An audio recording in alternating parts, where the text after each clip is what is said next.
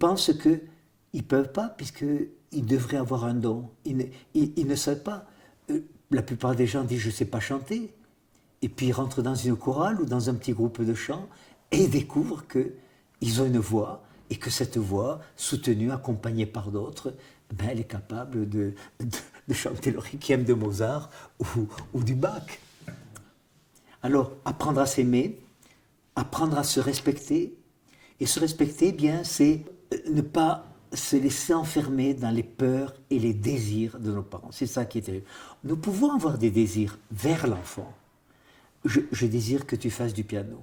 Mais nous avons plus que ça, nos parents. Nous avons un désir sur l'enfant. Je désire donc que tu fasses du piano. Les enfants sont pleins de désirs. Et nous, les adultes, nous comprimons leurs propres désirs. Nous les étouffons jusqu'au moment où certains enfants apprennent à se respecter, apprennent à se définir et témoignent. Alors il y a un petit conflit, il y a parfois des malentendus, il y a des tiraillements, mais apprennent à positionner leurs désirs. Apprendre à s'aimer, à se respecter, à se responsabiliser. Et qu'est-ce que c'est apprendre la responsabilisation? Eh bien, j'ai des ressources. Qui m'aurait dit, moi, qu'un jour j'écrirais 64 livres? J'étais un cancre à l'école.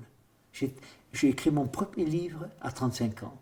Après une rupture amoureuse qui, dans un premier temps, m'a fait plonger, et puis ensuite m'a réveillé, et j'ai commencé à écrire le récit de cet amour et de cette rupture, qui a été d'ailleurs très libératoire. Parce que ça, c'est très important de savoir que l'art, ce qu'on appelle l'art, les grands arts, la peinture, la danse, la musique, etc., ça a une vertu thérapeutique incroyable et rejoint ce que j'appelle le pouvoir d'auto-guérison des enfants ou des ex-enfants que nous sommes.